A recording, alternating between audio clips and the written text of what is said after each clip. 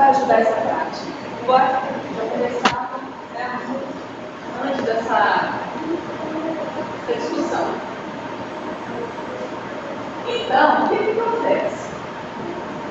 Bom, tinha essas geometrias aí. Surgiram as armas de fogo. Século XIV, deu um salto lá para frente. No século XIV, surgem as armas de fogo, tanto para a infantaria quanto para a artilharia.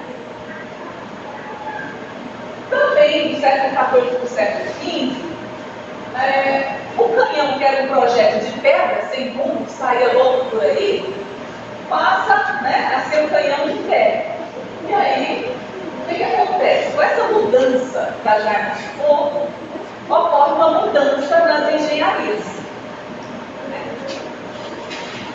Então, aqueles fortes com muros bem altos, né, verdadeiros, como se fosse aquele castelo que a gente está acostumado a ver, bem murado, os muros começam a baixar, porque eu tinha que enxergar meu inimigo de longe, né? A disputa pelas terras e tudo mais.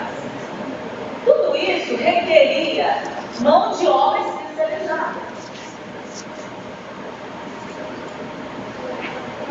Então, precisava-se de homens, né, que trabalhassem na guerra.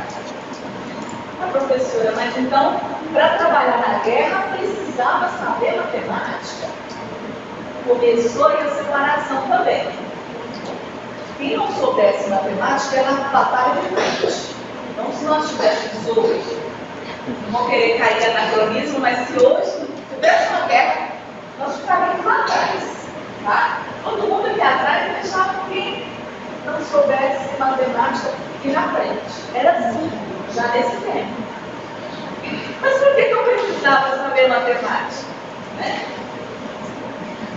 Bom, a geometria, né, antes era empregada só para quê? Construção de objetos, carpintaria, agrimensura, construções. E a aritmética, como você não sabe falar aritmética? Não. Em livros antigos se fala aritmética. A aritmética era a parte, vamos falar ainda da matemática que hoje a gente chama de anos iniciais. As operações, até a regra de três, a matemática financeira, é a matemática do comércio. Quando a gente fala assim, ixi, meu pai nem foi na escola e sabe muito mais matemática que muita gente. Não, ele sabe aritmética. Porque ele estudava só até aritmética. É um campo da matemática. É um campo. Números, frações, que era muito bem visto, né, nessa época dos pais e avós e tataravos também. Eram livros com 4.000 exercícios. Né, a gente vai falar um pouco sobre isso. Aí a geometria e a aritmética passa a ter uma outra função, ajudar nessa artilharia, nas construções militares.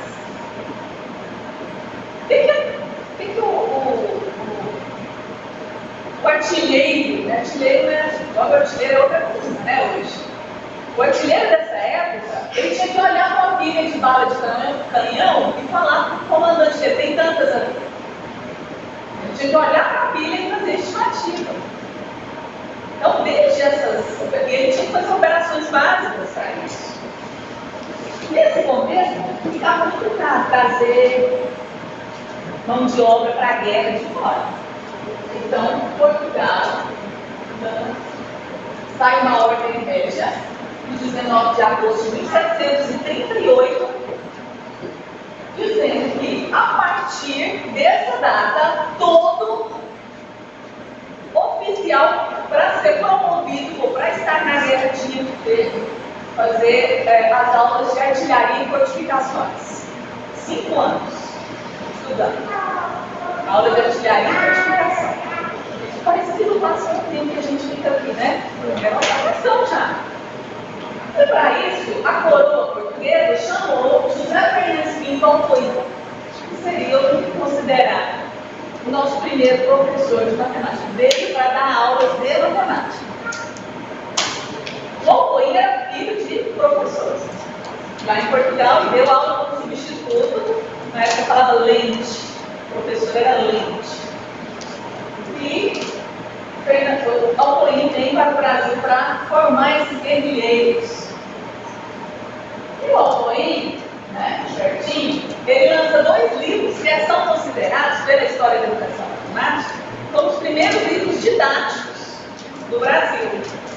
Que é o livro de Exame de Artilheiros, mostrei para as meninas, e o Exame de Bombeiros.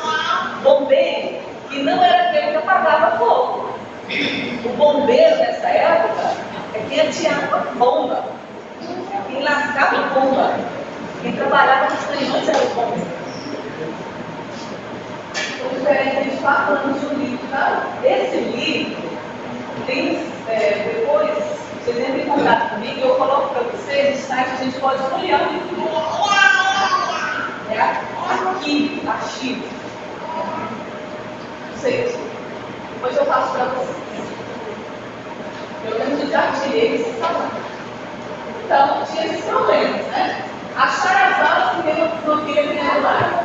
Aí vinha a regra geral, juntaremos e gravarmos ao desafio 2 como uma regra geral, da qual tomaremos a sua terça parte, multiplicada pelo número de falas, e se achar a fala irregular, conjunto terá um número de falas com filha com o tempo. Uma espécie de volume de cone misturado. Né? Mas depois vocês podem estar dando. Isso aqui são ótimos problemas para a gente trabalhar também dentro da história da matemática. Né? Para a gente tentar traduzir essa matemática aí, esse código, essa linguagem que a gente chama de sincopada. Aí o que aconteceu? Eu estou fazendo uma cooperação. Em 1827, são criados os cursos jurídicos, direito, no Brasil. Lembrando que em 1808 a coroa portuguesa fez outro mercado. Né? Em 1827, vamos abrir os cursos de direito. Aí o que acontecia? Quem começou uma discussão? Espera aí, para fazer curso jurídico, tem que fazer uma prova para entrar no que a gente chamou de universidade. Né? Para entrar no curso jurídico, vai ter que fazer um exame preparatório. Bom, tudo bem, fazer o exame preparatório. E aí vem uma discussão. O que vai cair nesse programa, ou nesse exame? Aí um grupo fala, não, põe geometria. Ou não, põe geometria não. Põe geometria. E numa discussão, põe geometria. Então, para fazer prova de direito, ciências jurídicas, de se formar doutor, daí o nome doutor, porque quem tinha o curso superior, tinha que fazer, então, tinha que saber geometria. E hoje eles ficam aí, né? Quem não sabe matemática vai fazer direito, né? Essa coisa, né? Mas tinha que saber geometria para fazer direito, sim, nessa época. E aí, o que acontece? Ou você fazia essa prova e entrava direto no curso jurídico, ou você cursava o secundário, que eles chamavam na época, que era uma espécie de ensino médio hoje. E esse ensino, né? No caso, o ensino secundário, que era conhecido depois, mais adiante, vai ser conhecido como colégio, ginásio, a gente vai ver essa palavra aí. Ou a pessoa cursava esse secundário. Se ele cursasse o secundário, na hora ele virava funcionário público, tinha carreira garantida. Ou então ele tentava as provas, né, para ingressar nesses cursos. O problema é que não tinha aula de geometria no Brasil. Então, olha só a inversão. Cria-se os cursos de direito, tem que fazer prova de geometria, mas não tem aula de geometria.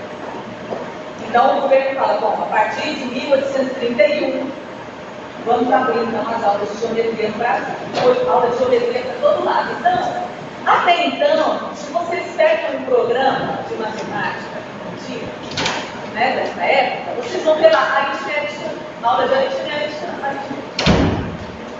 De 1831 para frente, aparece a aula de geometria. Por que as coisas acontecem em determinadas épocas? A gente gente tem que questionar isso também.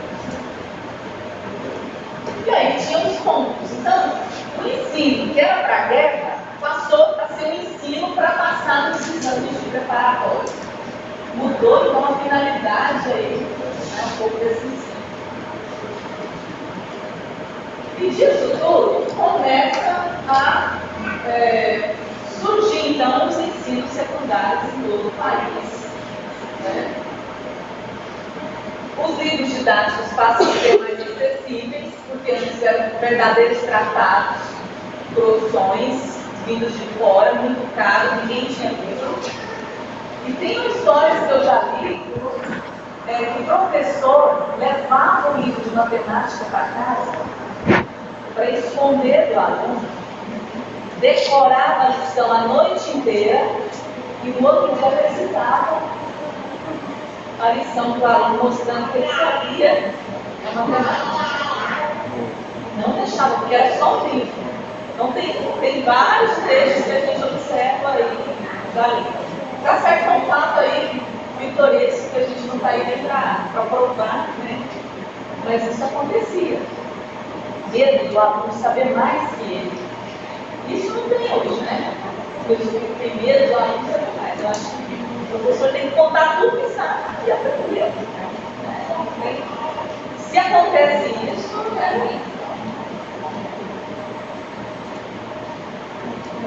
Agora, só um pouquinho para a gente pensar no seguinte: isso estava acontecendo aqui, e nesse contexto, né, histórico, antes um pouquinho dessa época, em 1908, tem uma reunião do Congresso em Roma. Quem já ouviu falar do Felipe